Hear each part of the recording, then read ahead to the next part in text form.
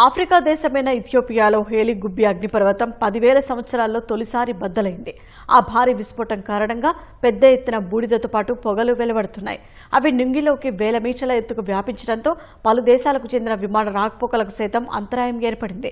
పెద్ద ఎత్తున వెలువడిన బూడిద, పొగ ఇప్పటికే ఎర్ర సముద్రం మీదుగా ఒమన్, యెమెన్ దేశాలకు విస్తరించడంతో అక్కడి అధికారులు కూడా అప్రమత్తమయ్యారు. ఇథియోపియా ఆఫర్ రీజియన్లో ఉన్న హెలిగుబ్బి అగ్నిపర్వత విస్ఫోటం చరిత్రలో అత్యంత అసాధారణమైన ఒక ఘటనలో ఒకటని శాస్త్రవేత్తలు చెబుతున్నారు. హేలిగుబ్బి అగ్నిపర్వత విస్ఫోటనం తీవ్రతతో వెలువడ్డ బూడిద మేఘాలు రాజస్థాన్ గుండా భారత్లోకి ప్రవేశించాయి. హర్యానా, ఢిల్లీ, గుజరాత్ రాష్ట్రాల్లో విస్తరిస్తున్నాయి. ఫలితంగా డీజీసీఏ విమానయాన సంస్థలు విమానాశ్రయాలకు అడ్వైజరీ జారీ చేసింది.